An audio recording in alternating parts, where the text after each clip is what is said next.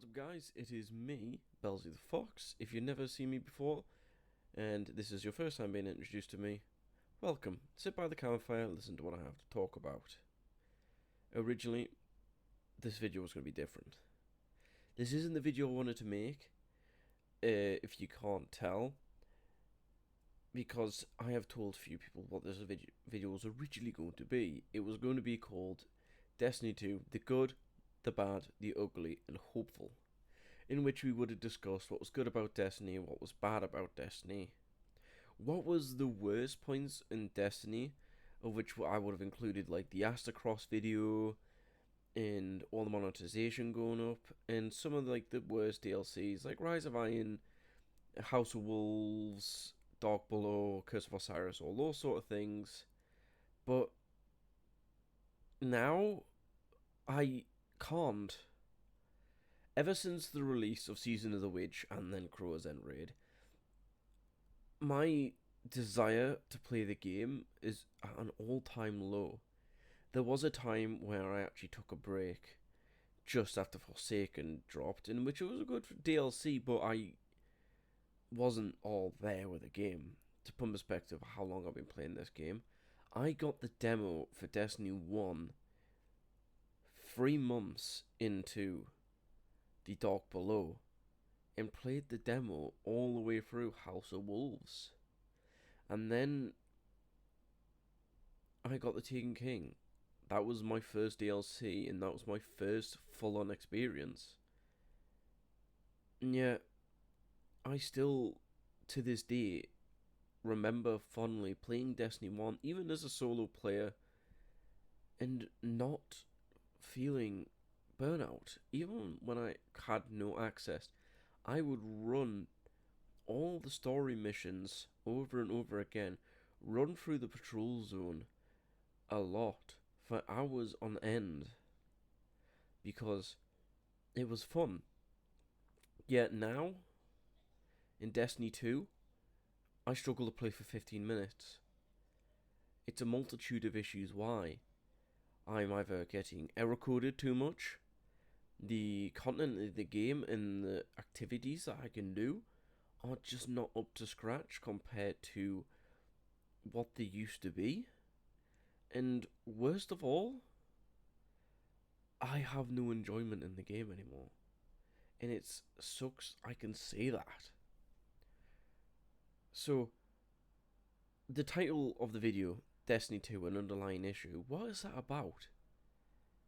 I personally think the underlying issue with Destiny as a franchise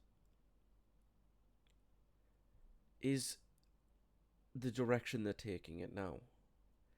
As we come to a close of the Light and Dark saga, which is a pivotal moment in Destiny 2, it kind of feels rushed, yet not done quick enough. This is going to be a 10-year game now. It's going to be a decade. I've dedicated a lot of my life to this game, and I don't feel like my time at the moment is being respected. And that is sad to say. I have put many, many hours into a game like this, spent countless hundreds of pounds into buying cosmetics, DLCs, the season passes, and yet the moment that clicked of I don't want to spend more money on this game is when Witch Queen came out. I enjoyed Witch Queen, but when the dungeons weren't a part of the season pass, I couldn't support that. I personally couldn't agree with the fact that they wanted to charge an extra $20 for two activities. Two activities of which I don't feel like I missed out on. Same with Lightfall and its dungeon key. I don't feel like I'm missing out on that. And it's sad to say that. it's sad to say I don't feel like I'm missing out on Destiny 2 content for not paying for it. And there's a part of a younger version of me who, when they first got the Taken King, waiting outside of Granger Game after Christmas Day, walking in, seeing Destiny 2, the Taken King Collector's Edition, or was it Legend? It was Legendary Edition. Just seeing that in a box on store shelf, walking up, picking it up, and walking to the counter and being like, I would like this, and happily handing over my money. That was a pivotal moment for me, because that was the first game I have bought that I knew I was going to play for a very long time. And now, I don't even know if I'm going to buy the final shape. Hell, Lightfall, I was going to try skip out on entirely, but I didn't. But I wait to the last 3 days the pre-orders were available before getting it. And yeah, it hurts. I've been missing out on seasons consistently for the past 10 seasons. I would play one, skip 2, play another one, and that would be it. I wouldn't worry. Last season the deep, well, I was tempted not to, but I still got it anyways because I thought, you know what, I'm starting streaming again, and it would make good content. Soon it was over. Yeah, that was it. I didn't feel the need that I needed to buy all the seasons. So when Season of the Witch was announced, I was thinking, you know what, we'll give it a try. And I haven't even done this week's season mission. That's week 3, and I'm already like, I don't want to do it. I don't want to play any more Season of the Witch. That is bad. But part of it is with Crota's End, it's really taken me out of it. Every Crota attempt I have had to do, there's only been one key theme, and every time I've done it, I've streamed it. I keep getting error coded, which has always been a thing in Destiny. It's always been an issue with the servers, but you can't complain because it is a large open world game in some areas. Yet the open world areas are the parts I'm not having issues with. It's the generated content, the one where it's in a linear, straight line. And they're the parts that I'm struggling with. I can't be in Crota's more than 5 minutes without getting a baboon error code. I feel like at this point in my Destiny career, I'm fully willing to give up, leave the game behind, play different games. But there's no game like Destiny. I play Warframe now a lot more. Hell, I've taken a little bit of a break from Warframe just to play a bit more Destiny, but right now, it's becoming a chore to play these type of games. When I'm having more fun playing Minecraft, when all I can do on Minecraft is mine for hours and hours on end, and that's the only skill I've got in the game, that is something bad.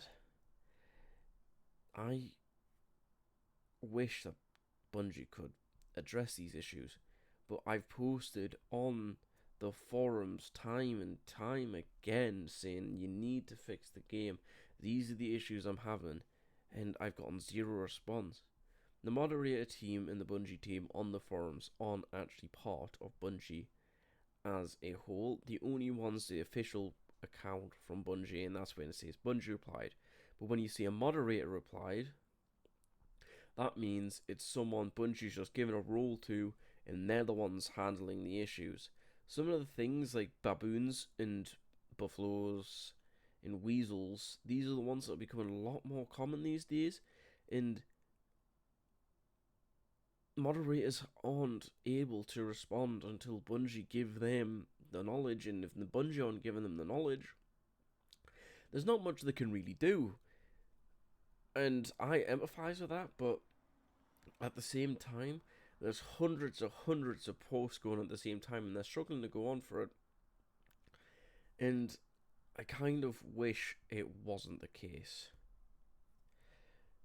About 10 minutes before I made this recording, I was trying to do his Crow's End, and I was streaming it. And at first, we were all like, "Yeah, let's do it. We're gonna get this done easy," because by now my regular read team, we roughly know what we're doing, so we can help some people through it.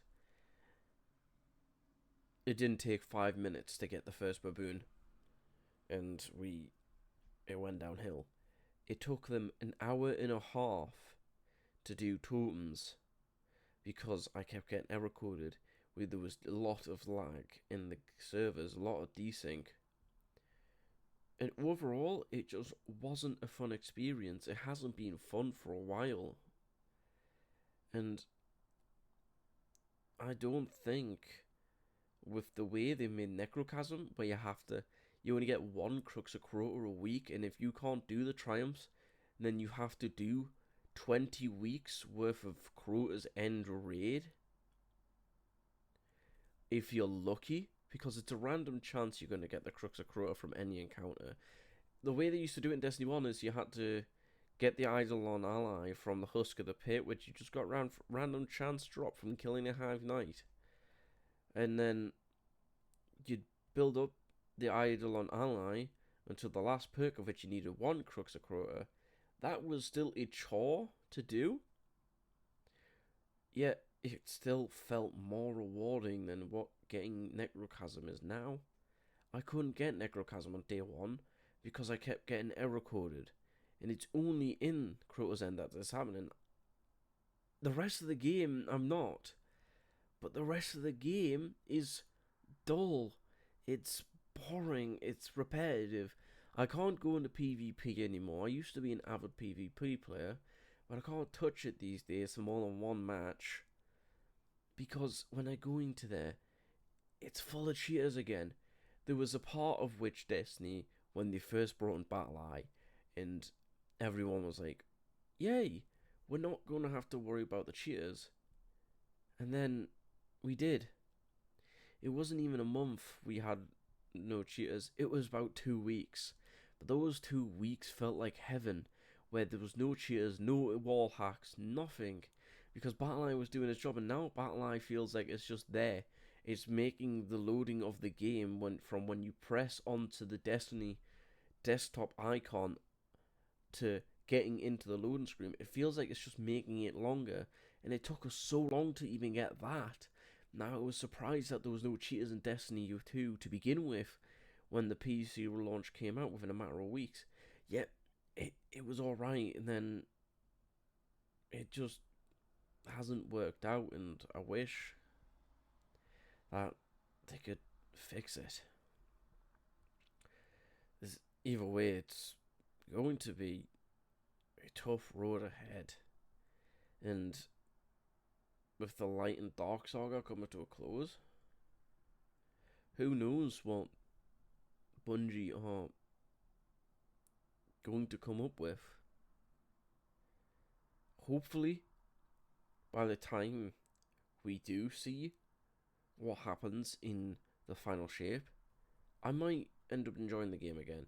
A lot of players, it will always be the same. A lot of players will stop enjoying the game, feel burnout right about the second season, keep going, completely burn out for the third and fourth season, and then there'll be a hiatus of a lot of players, and then they'll come back for the DLC, come back for the first season, start and burn out on the second season, leave on the third season. And it's the same cycle repeating over and over again. Then with Bungie's over monetization of the game, increasing the price of the season pass from $10 to now $12, without giving a pack to actually make you spend $12 only for the season pack. It feels disingenuous to the fact that I don't have to worry about buying it when I can just spend more and have about a season and a half's worth of packs and just spend a little bit more next season and then a little bit more than that and then restart the cycle where you buy the 2 packs and then you're thinking, I've wasted like $40 for 2 seasons. And it used to be $10 a season. And if you wanted to get all the way ranked up, it was $100. And that is bad, the fact that you are putting in now the fact you can just buy season re-ranks straight away. Because it used to be in the first season, it used to be the last 2 to 3 weeks, that's when you could buy.